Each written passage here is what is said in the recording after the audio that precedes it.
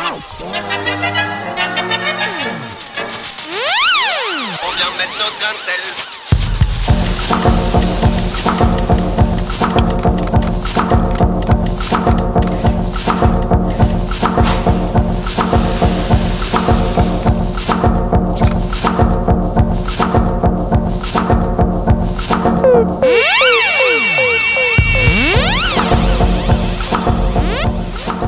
Bonjour à tous et à toutes, bienvenue dans Grain de Sel Télé, une émission produite par Traveldoc. Ravie de vous retrouver depuis le port de Marseillan où Grain de Sel Télé a amarré ses 2 voiliers. On est une équipe de gens passionnés, motivés. On sillonne le littoral roussillonnais pour rencontrer celles et ceux qui s'engagent à préserver la Méditerranée et surtout qui cherchent des solutions face aux défis de demain. Aujourd'hui, on va parler voile latine, vieux gréement et surtout transmission. Transmission de tous ces savoir-faire de navigation, de construction. Mes invités du jour, eux, sont très attachés à ce que cette mémoire, ce patrimoine immatériel et matériel maritime continue de vivre. Comment est-ce qu'on transmet cette mémoire aux jeunes générations? C'est la question qui va nous occuper aujourd'hui. Et puis en deuxième partie d'émission, on va retrouver l'invitée artistique qui a elle-même croqué plusieurs fois des vieux gréments dans son carnet à dessin. Mais avant ça, cap sur nos 2 voiliers, on retrouve Clarisse, notre jeune embarquée, et ses phrases qui sentent bon les embruns méditerranéens. On vient mettre notre grain de sel.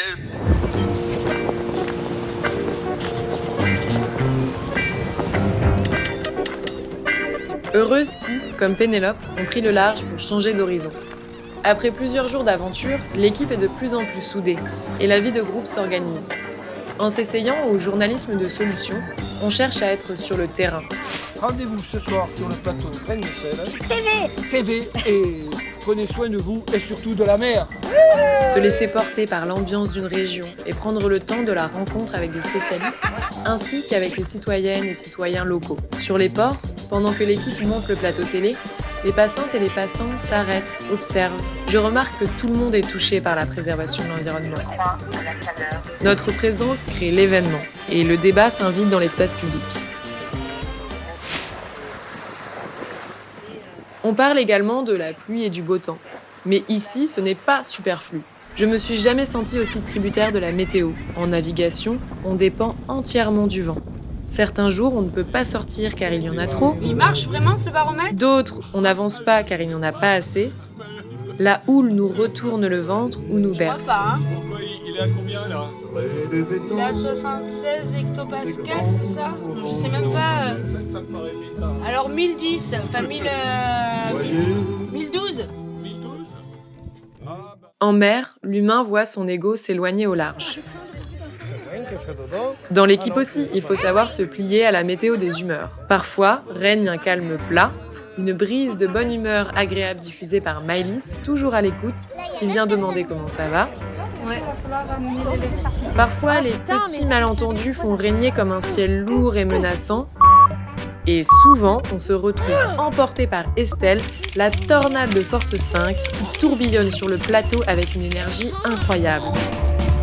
En fin de tournage, on se retrouve sous un arc-en-ciel dans une ambiance sucrée-salée entre pluie et soleil. Super fatigué, mais super content. Et moi, la petite jeune de l'équipage, je monte à bord pour vous et vous raconterai ce qui se passe derrière les coulisses qui prennent la forme de voile. À l'abordage. On vient mettre notre grain de sel.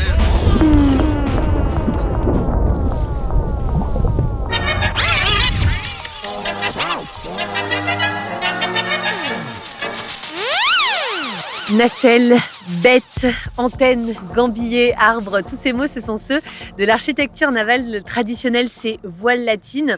Ces embarcations qu'on utilisait il y a maintenant quelques années, plusieurs dizaines d'années, pour aller par exemple pêcher l'anchois. Avec les années 70 et 60 et la motorisation, ces embarcations traditionnelles sont devenues de plus en plus rares sur le littoral roussillonnais et occitan. La mer, c'est la biodiversité, la faune, la flore bien sûr, mais c'est aussi cette mémoire des gens de mer et ces savoir-faire traditionnels. Et c'est de ça dont on va parler aujourd'hui avec nos invités, de cette mémoire et de cette transmission qui devient obligatoire, qui devient urgente pour les nouvelles générations. Christian Dorc, bonsoir. Vous êtes le fondateur de l'association Voile Latine à Bouzigues. C'est ça ? Frédéric Verdeil, bonsoir. Vous êtes directeur de l'association Siloé, une association pour la réinsertion et la valorisation du patrimoine maritime au Grau-du-Roi. Merci beaucoup tous les deux d'être venus sur ce plateau, le plateau de Grain de Sel Télé, pour parler donc de voile latine, de ces nacelles. Alors, on a beaucoup, en préparant cette émission, travaillé le vocabulaire très particulier de la voile latine. Déjà, ce qu'il faut préciser, c'est que les gréements latins, donc ces embarcations-là traditionnelles, ce n'est pas la même chose que les gréements Marconi, qu'on appelle ça, donc les voiliers modernes. Alors, c'est quoi la différence ? Le gréement Marconi, il est totalement différent de par sa façon de naviguer. C'est-à-dire qu'un gréement Marconi, ça marche avec une écoute pour louvoyer, remonter au vent ou régler un bateau avec le vent. Alors qu'une voile latine, ça se fait avec 3 cordages. Il y a 2 cordages importants, très importants à l'avant, qui font office d'écoute. Donc là, c'est vrai que je parle peut-être un peu trop technique pour certains. Ça change quoi pour la navigation, du coup C'est plus compliqué. C'est quand même, voilà. C'est une autre navigation, en fait. C'est une autre façon de prendre la mer. Voilà, c'est un autre gréement. Un gréement qui a plus de 2000 ans, quand même. Voilà. Alors que le Marconi est très récent. Mais c'est une amélioration de la voile latine. Mais voilà, c'est un gréement qui est plus compliqué à gérer, à manipuler. Moi, j'aurais presque envie de dire que le gréement latin, autant les autres, comme le Marconi, comme le gréement à cornes, chez les Bretons, ce sont des techniques. Le gréement latin, je dirais presque que c'est une philosophie. Un art de vivre ? Peut-être, en tout cas, un art de sentir les choses. C'est-à-dire ? Par expérience, je peux dire que quand vous voyez passer une flottille de voiles latines, par exemple, c'est très très rare que toutes les barques soient établies de la même manière et soient réglées de la même manière, on va dire. Ça va dépendre du bateau, ça va dépendre de la voile, de sa surface, ça va dépendre surtout du patron, de son état et de sa façon de concevoir les choses. Il y a aussi donc tout un vocabulaire. Par exemple, on ne parle pas de mât sur les nacelles, arbre, c'est ça ? On dit arbre, on dit arbre en province, on dit pau sur les tannes de taux, pour les nacelles en particulier. Là où on est ce soir, quand on parlera de nacelles dans cette émission, donc ce sont ces voiles, ces barques traditionnelles. Barques plates de l'étang de Thau, fabriquées en pain élémentaire, on va dire, des barques qui voient le charpentier une fois dans leur vie, c'est le jour de leur naissance. Et après, elles sont auto-entretenues parce qu'elles sont faciles d'entretien, parce qu'elles sont rustiques, elles sont solides, elles servent à tout. Vous en aviez qui étaient les dernières qu'on a vu travailler sur le port de Sète, c'était les lamaneurs qui avaient des nacelles qui étaient renforcées parce que ça prenait des chocs. Mais voilà, c'était des grosses nacelles qui servaient à transférer les cordes d'amarrage des gros bateaux au quai. Et c'était des barques qui servaient à la pêche traditionnelle. Elles servaient à quoi d'autre ? Plein de choses différentes. Ah oui, pas qu'à la pêche en fait. Elles ont été annexes à des bateaux bœufs, par exemple, à un moment donné. Elles servaient à la promenade.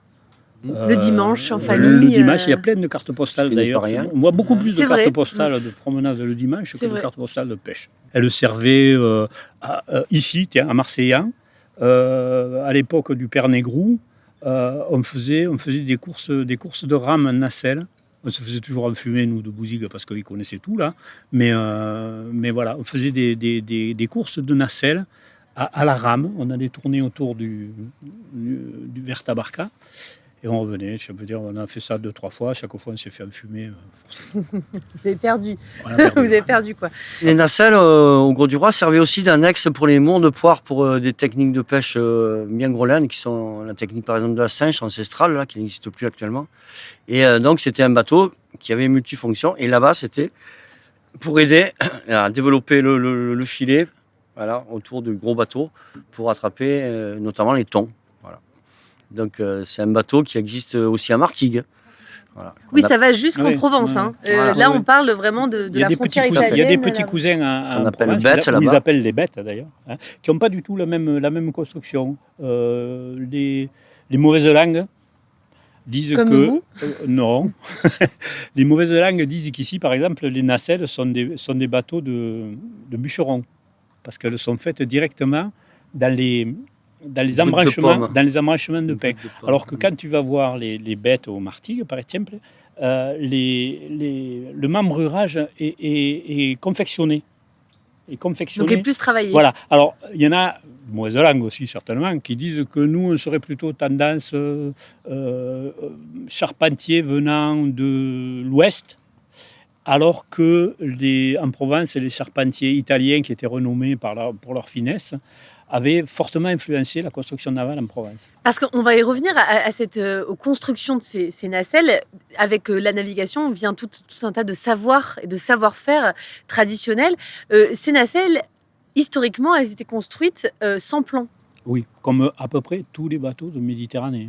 Je veux dire, l'idée, on appelait ça... Alors, il n'y avait pas de plan, il y avait un modèle. Les gabarits, après. Qui était inscrit sur des gabarits simples. Alors, le gabarit, ça pouvait être une espèce de... Alors, pour les nacelles, c'est un angle. Un angle de 110 degrés, monté sur deux planches alignées en 110 degrés, qui servent à la fois... Alors, avec des marques partout, bien entendu. Après, il faut aller voir les marques, on ne va pas y revenir. Mais à partir de ça, c'est ce gabarit qui va servir pour aller dans la forêt, viser les angles d'embranchement sur les pins, donc et les couper. Et savoir quel pain on coupe voilà, du coup, quel pain pour on coupe faire parce qu'il a le bon angle. Voilà. Donc, c'est de l'observation. Le charpentier se promène dans la forêt. On a fait ça il n'y a pas très longtemps, nous, pour quand on a construit cette nacelle-là, il y a 2 ans, avec André Bonnemots.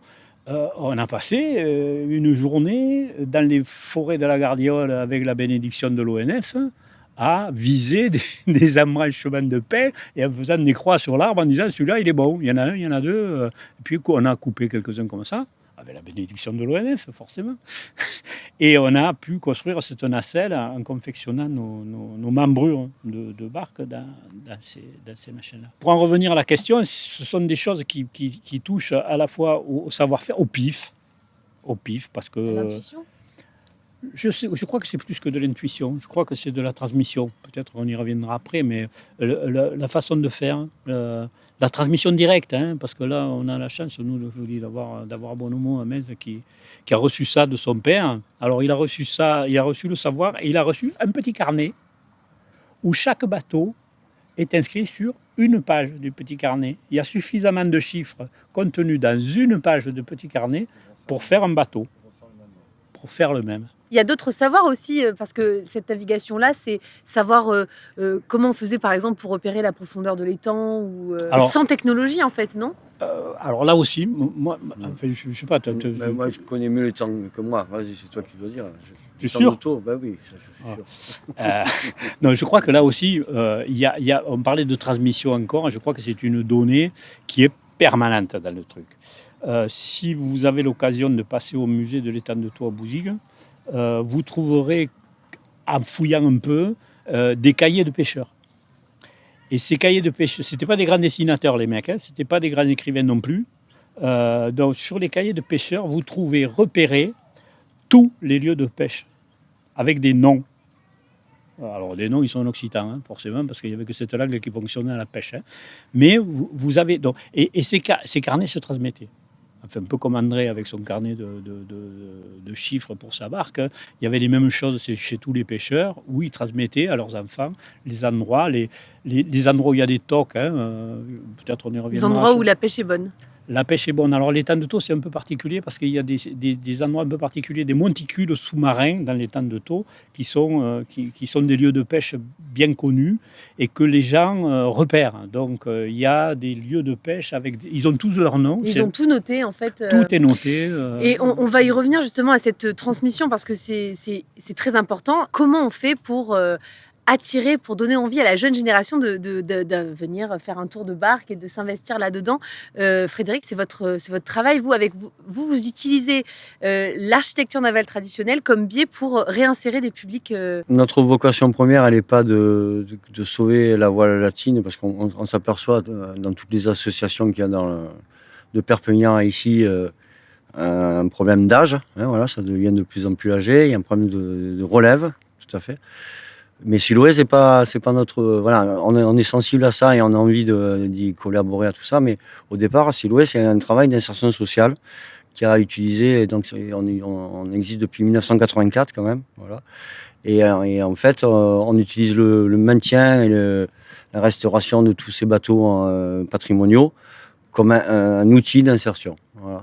Parce qu'on a vite compris que c'était aussi le bateau, c'est aussi un moyen de rêver, hein, d'attirer des gens qui ont plus trop d'envie de se bouger et tout ça. Et donc, c'est porteur de rêve un peu tout ça. Et donc, du coup, ça permet d'attraper des personnes qui ont plus trop d'envie de rien. Et de susciter des vocations, du coup. Voilà, et du coup, voilà, en naviguant après, peut-être qu'ils ont envie de le réparer juste derrière. Et puis après, de quitter Siloé parce qu'il n'y a pas vocation à rester ici. Mais de trouver une idée pour la suite. Voilà. Mais c'est donc aussi un moyen de faire connaître tout ce savoir-là et toute Voilà. cette culture-là. Non, mais c'est pas, on n'a pas pris le patrimoine maritime au hasard. Hein. C'est pour ça qu'on est très sensible aussi et à justement, ça. Mais comment vous en êtes arrivé, vous, à moi, je suis cette passion? Je suis tombé un peu dedans quand j'étais petit. Moi, j'ai eu la chance de faire de la voile très jeune. Voilà, et après, mais Siloé, ça voilà, combien, 30 ans, maille. Et voilà, et moi j'y suis depuis le début, donc j'ai été toujours dans cette dynamique-là de vieux gréement qui m'a beaucoup attiré. J'étais d'abord moniteur de voile, et puis après le vieux gréement, ça m'a vite attiré. Et du coup, je suis resté là-dedans. C'est un peu passionnel, on va dire. Voilà. Et vous, Christian? Oh, je suis passionnel, forcément, mais pas sur le même biais. Moi, je suis rentré plutôt sur le biais culturel. Quand tu dis ça, tu as l'impression de passer pour machin, mais je suis d'ici un peu. Et c'est vrai que tout le monde en face, c'est les nacelles sur les temps de taux avec des gens qui faisaient la traîne derrière. Et à un moment donné, même si tu es issu de la terre, comme je suis, hein, ma famille est de la terre, beaucoup plus que de la mer, on a envie d'aller voir comment ça se passe. Donc ça a commencé comme ça, tout simplement. Je sais pas. Et après, vous en êtes arrivé maintenant, vous faites l'inventaire de toutes les barques. Les circonstances, c'est bizarre. Les circonstances de la vie font que tu te retrouves avec une barque un jour entre les pattes, hein, et puis tu es obligé de. Tu te dis qu'après tout, tu pourrais mettre un gros moteur dedans et faire péter tout ça. Et puis tu te dis non, putain, quand même, elle est jolie cette barque. Hein. Elle serait peut-être mieux avec un peu de plume dessus. Donc tu mets une petite voile dessus, puis tu dis merde, je sais pas comment faire pour l'utiliser ce machin. Alors tu dis. On a des copains chez les Catalans qui savent faire parce qu'ils avaient le papa qui leur avait appris. Alors, qu'est-ce qu'on fait? On se prend le train, là. C'est bien, il y a le train tout le long ici. Tu pars à Collioure, là-bas, voir le père à Louge comme maille, et puis tu fais un été avec le père à Louge. Et qui t'a dans tout l'été, il a dû dire 3 mots, celui-là, mais il t'a appris tout. Alors... Et après, comme ça, il y a. Et après, tu repars, et puis tu vas le revoir, et puis tu apprends tout seul. Et puis, tu sais, ici, il y avait des pêcheurs. J'ai relevé des mots des pêcheurs qui disaient à nos enfants, il faut leur apprendre le biaille. Le biaille, c'est la façon de pêcher. Il faut leur apprendre le biaille, mais il ne faut pas tout leur apprendre. Parce qu'à un moment donné, il faut qu'eux-mêmes découvrent comment il faut faire. Donc, alors, on leur apprend un petit peu de biaille, et puis le reste du biaille, c'est eux qui l'apprennent. Et puis, on voit s'ils ont du talent ou s'ils n'en ont pas. Le talent, c'est un supplément. On y revient encore à cette transmission des savoir-faire. Je voudrais vous montrer l'image du jour de cette émission, la couverture d'un livre de Victoria Magenti du Parc naturel marin du Golfe du Lion. Ça s'appelle « Mémoire et cuisine des gens de mer ». En fait, elle est allée rencontrer les personnes qui vivent depuis très longtemps au bord de la mer, notamment sur la côte Vermeille, à Collioure par exemple, recueillir la parole des orangères qui déchargeaient les cargos d'oranges qui arrivaient. Cette mémoire, comment on fait pour qu'elle survive? C'est ça la question qu'on se pose ce soir. Je pense qu'il faut faire un travail, parce qu'on a fait, pas moi, mais l'association Siloé, hein, des gens très compétents, là, du récoltage, avant que les anciens meurent, aller chercher, les enregistrer, écrire tout ce qu'ils racontent, faire des croquis, faire tout ça, pour garder tout leur savoir qui est en train de disparaître petit à petit. Voilà, je pense qu'il y a déjà, dans un premier temps, un récoltage à faire. Et un deuxième, comment on le retransmet, qu'est-ce qui est important, qu'est-ce qui est chouette de garder et d'expliquer au tout ce prochain. Travail de restitution qui est important. Mais je crois que le travail de collecte est un truc primordial. fondamental. Il faut qu'on sache où on en est, quoi. D'abord, la première chose à faire, voilà, c'est collecter. faire un peu le point de notre situation. C'est d'ailleurs ce que vous faites. Alors vous faites l'inventaire de. Voilà, on avait fait ça des barques, dans les années littorales. 2003 déjà, hein, Fred, à Ouais, l'époque. avec des étudiants là. Avec des étudiants, trois ou on avait quatre lancé des étudiants. étudiants on avait mobilisé toutes les associations du littoral et leur avait foutu des étudiants dans les pattes avec des petits papiers qui ramassaient qui ont fait l'inventaire de toutes les barques du littoral. Il y en avait 280, Ils ont fait un 200, annuaire comme ça, 300 barques. Hein, voilà. Super travail. Et là, C'est 15 ans un très beau travail. après, on se dit que c'est peut-être le moment de voir un peu, d'avoir une vision un peu dynamique des choses. Donc, on refait le même truc. Enfin, Et on verra ce qu'il en reste. on projette de faire la même chose parce que c'est pas encore fait. C'est la région qui a les cartes en main là, en ce moment qui doit financer ou pas cette histoire-là. Donc pour relancer le même type de collectage, c'est savoir où on en est de la flottille traditionnelle de toutes les barques entre Cerbère et le Rhône. Hein, c'était le truc. Donc ça va nous permettre d'évaluer les urgences parce qu'il y a certainement des barques qui sont à sauver de façon urgente, mais aussi ce qui a trop, ce qui a moins, voilà, comment l'entretien a évolué parce que c'est vrai qu'il y a le personnel aussi a changé. Hein, le personnel des passionnés a changé. C'est-à-dire le personnel. C'est-à-dire, Fred disait tout à l'heure, on commence à être un peu vieux, nous autres. Et comment alors parce que ça passe aussi par les enfants, je suppose. Est-ce que vous faites des sorties sur. Ça, c'est encore autre chose. Ouais. Hein, Oui, Fred, raconte l'histoire des enfants, là, c'est bien. Alors nous on fait des sorties à la journée avec plein d'associations, notamment nîmoises, parce qu'on est des Gardois nous là-bas. Et donc c'est des gamins qui sont dans des situations un peu en galère, ou d'IME, ou de gamins de ZUP, etc. Donc on transmet et on leur fait découvrir ça. Mais pour moi, ça suffit pas encore. Moi, je pense que si on veut faire une vraie transmission, il faut qu'on arrive à rentrer dans des écoles de voile, qui est comme le Hobbycat, comme le Optimiste, qui sont des très bons bateaux. Qui est des cours de barques. Tout à fait. Voilà. Et si on arrive à choper via le milieu scolaire, ça sera encore mieux, parce que ça veut dire que beaucoup de gamins y passeraient. Qu'on arrive à développer la voile latine par le scolaire avec des professionnels moniteurs, je pense que c'est ça l'avenir. Voilà. Je ne sais pas comment le faire, hein, mais... En fait, c'est faire rentrer les cours de barque traditionnels dans les écoles aussi, qu'il y ait des cours que le mercredi après-midi, les enfants, ils aillent sur la mer naviguer. Ouais, c'est un peu à ça. l'ancienne. Je sais pas, moi, tu es au collège à Grenoble. Qu'est-ce que tu fais quand tu fais comme sport? Du ski. Eh bien ici, tu vas faire la voile latine. Enfin, je sais pas, non? Ça rentrerait dans les Ou de la voile, mais si on faisait de la voile latine, ça serait quand même un peu mieux. Ça sera d'ailleurs le sujet du reportage d'aujourd'hui avec des passionnés qui essayent justement de sensibiliser les enfants à cette pratique ancestrale.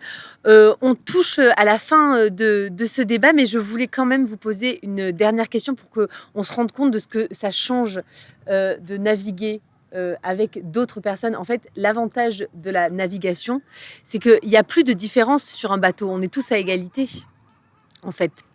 Nous aussi, Loué, parce qu'on a aussi des bateaux plus gros que des barques catalanes.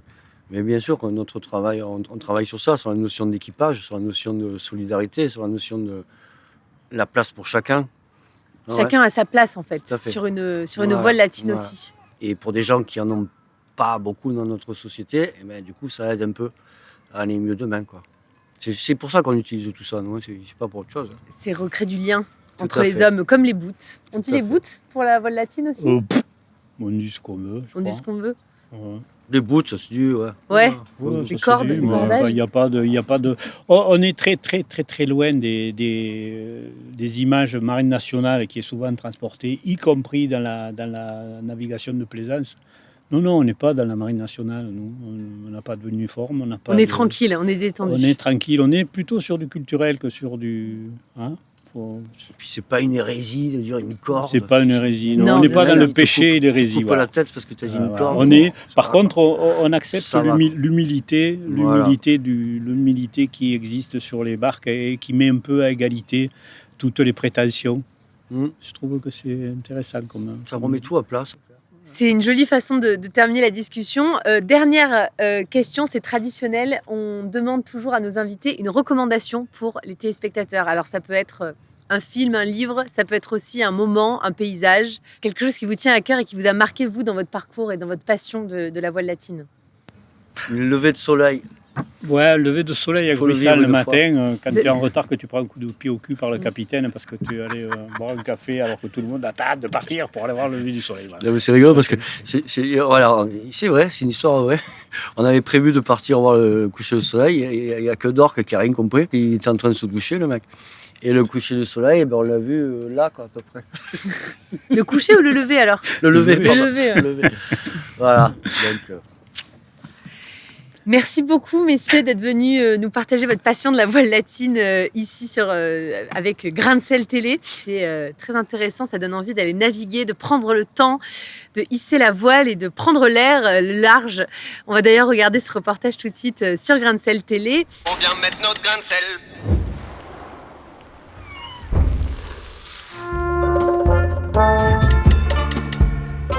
J'ai 26 ans et je suis venu à la voile latine à cause de mon père, on dira. C'est grâce à lui que je me suis passionné des bateaux bois. Et c'est vrai que c'est magnifique sur l'eau et du coup, je m'y suis attaché pas mal. Le Cassou, c'est la plus petite bête des temps à fond plat.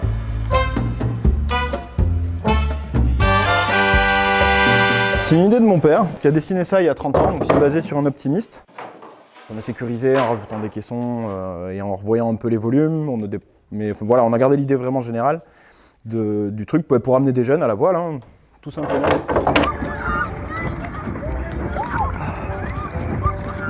Apprendre la voile latine, ouais. Apprendre aussi à travailler le bois, moi je trouve ça passionnant. Hein. C'est un matériau qui est vivant, donc il y a beaucoup de techniques pour apprendre à faire au bois ce qu'on lui demande, sans qu'il casse non plus. Techniques d'assemblage, et puis toute la culture, les connaissances. Il y a encore pas mal d'anciens qui sont des références dedans et qui nous permettent à nous, en tout cas aux plus jeunes, de se lancer. On a eu du bol d'avoir le soutien de Richard Cassoli, patron de la barque Notre-Dame de Consolation, et qui est prof de techno au collège de Saint-Laurent.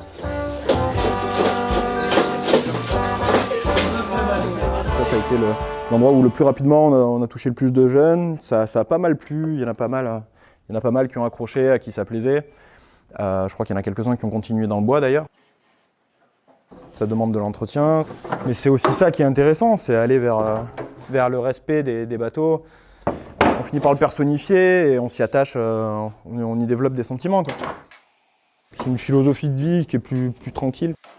Parce que c'est pas le développement durable et tout ça qui fait qu'il y a de plus de gens qui s'intéressent donc au travail du bois, qu'il y a une mode autour de ça, mais tant mieux en tout cas. Donc ouais, on est de plus en plus nombreux, je crois.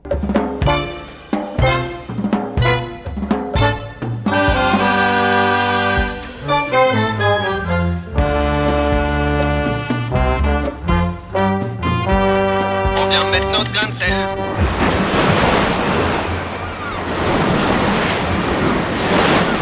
On a beaucoup parlé de transmission et de l'importance de documenter tous ces savoir-faire traditionnels, cette mémoire, cette culture des gens de mer. Eh bien, l'artiste que je reçois ce soir s'est attelée à la tâche. Bonsoir Marie-Josée Doutre. Bonsoir.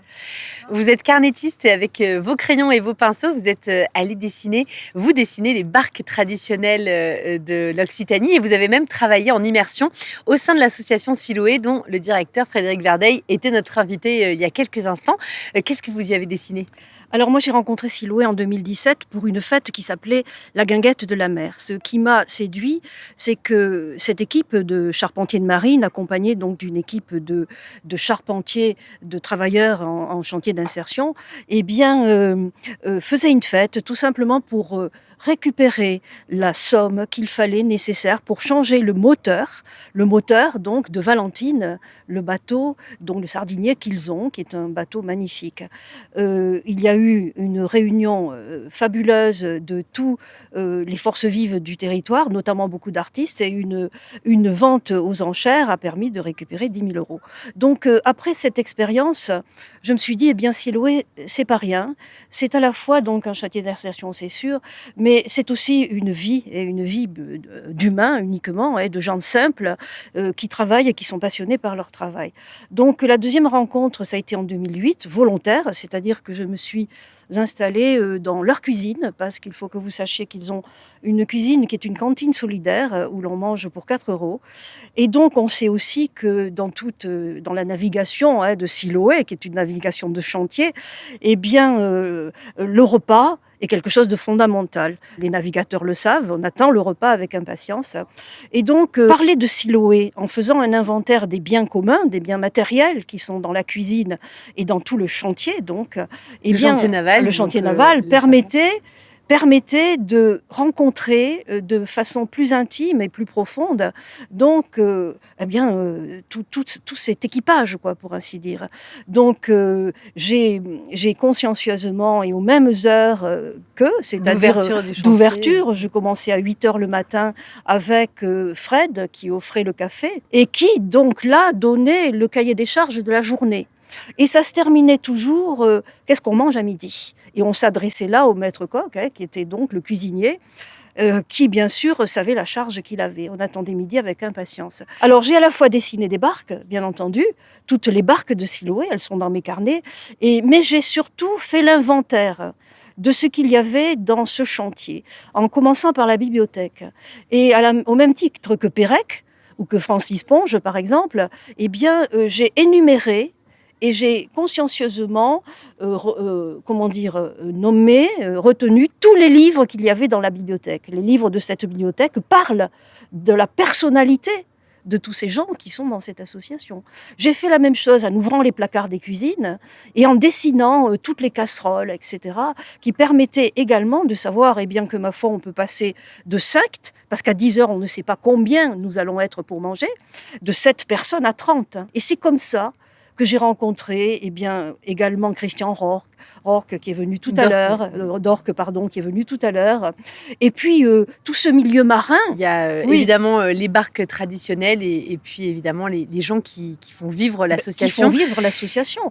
Vous êtes venu avec vos carnets et on voit aussi là une autre barque traditionnelle, c'est le Miguel Caldente, c'est ça ? Oui, c'est le Miguel Caldente qui a été mis à l'eau le 17 mars 2020. Sur la Robine, qui est le canal de la Robine. Donc, cette barque est une goélette catalane. D'ailleurs, je fais un rappel à ce que vous avez dit tout à l'heure. Elle transportait des agrumes, elle transportait les oranges de Barcelone à Port-Vendre, à la Côte Vermeille, etc., sur la Côte Vermeille. Il y a d'ailleurs une plage à Port-Vendre où les personnes, donc les habitants de Port-Vendre, allaient régulièrement ramasser sur la place les oranges qui étaient tombées du bateau et qui donc allaient sur la côte. Donc, ce bateau était en restauration sur la berge de la Robine depuis 2007. Vous pouvez en voir l'état sur ce dessin qui est ici, qui est d'ailleurs le premier croquis que j'ai réalisé et qui a été validé par donc le charpentier, qui est Yann Pajot, qui est en fait un charpentier de marine, qui est un expert national en fait, et qui est donc l'expert de la Drac. Et à partir de ce premier dessin, qui lui a plu, parce qu'il était technique déjà, et à la fois il y a quand même une dimension plastique qui est autorisée dans ce genre de travail, même si c'est très documentaire. Et à partir de ce jour-là, c'était en 2014, j'ai donc été intégrée à l'équipe et régulièrement j'ai fait un suivi de chantier à travers mes dessins. Moi, le dessin fait partie de cette famille d'outils de travail qui met en valeur un patrimoine. Le patrimoine. Tout simplement. On parle d'inventaire, on parle de documentation. En fait, ça reste aussi de l'art, ça reste des dessins, ça reste une œuvre d'art, mais une œuvre d'art au service de la mémoire. En fait, c'est ça l'importance du documentaire dans l'art. C'est exactement ça, parce que le regard sur le dessin, il y a le regard sur la photo, qui est un instantané. Le dessin, par exemple, il se fait sur un temps plus long. Ça ne veut pas dire que dans une journée de 8 heures, je ferai 10 dessins. Peut-être que le dessin que je vais entreprendre sera repris, et puis que, ma foi, on n'est pas là pour rien. Il y a aussi ce partage avec donc l'équipe. C'est dire et montrer que moi, avec mon dessin, je suis à la même place que celui qui est avec sa machine-outil en train de réaliser, ou avec, en train de réaliser une pièce en bois. C'est exactement la même chose. C'est un rôle à part entière. Voilà, et c'est la partie documentaire l'univers de l'art m'intéresse beaucoup. Vous voyez, et à travers justement ce travail de carnétiste, c'est ce qui m'intéresse de faire. Comment vous en êtes venu à travailler, à être autant lié à la mer? Il me semble que vous avez une histoire à propos ici de Marseillan, là où on se trouve. Oui, je suis contente d'être à Marseillan ce soir parce que, en fait, bon, j'ai fait mes études aux Beaux-Arts et à l'époque, je faisais de la navigation déjà. On parlait beaucoup de ces chantiers de Marseillan et c'est vrai que les chantiers de Marseillan qui étaient juste là derrière, sur une petite plage, il n'y avait pas toutes ces habitations, on y construisait des bateaux en ferrociment. Et les bateaux en ferrociment, c'est entre l'utopie et c'est entre le rêve, mais qui devient réalité aussi. Le bateau en ciment, bien sûr tout le monde le sait, permettait des navires, en fait des bateaux qui étaient de grande taille, parce que le ciment c'est pas cher. Et puis ensuite arrivait le problème de l'accastillage, arrivait le problème de l'aménagement intérieur. Et en fait, je reviens encore à mon travail personnel qui est très lié sur Pérec, par exemple, ou sur Ponge. Ce sont vraiment l'inventaire. Faire l'inventaire, Eh bien, l'inventaire de ces bateaux, il était sous la coque. Et sous la coque, on y voyait ce qui ensuite venait à l'intérieur du bateau. Pour des étudiants aux Beaux-Arts qui donc, mais savoir comment c'est fabriqué, et puis qu'est-ce qu'il y a à l'intérieur, et pourquoi et comment, eh bien, c'était fantastique. Merci beaucoup Marie-Josée Doutre d'avoir été avec nous ce soir et d'avoir partagé avec nous vos croquis, vos dessins qui permettent de conserver cette mémoire de l'architecture navale traditionnelle. Grain de sel télé, c'est fini pour aujourd'hui. Merci beaucoup d'avoir suivi cette émission. N'oubliez pas de nous suivre sur les réseaux sociaux, Facebook, Instagram. Je vous retrouve très vite pour un prochain numéro consacré à la production et à la pêche durable ou comment mettre de l'éthique dans nos assiettes. En attendant, prenez soin de vous et surtout de la mer.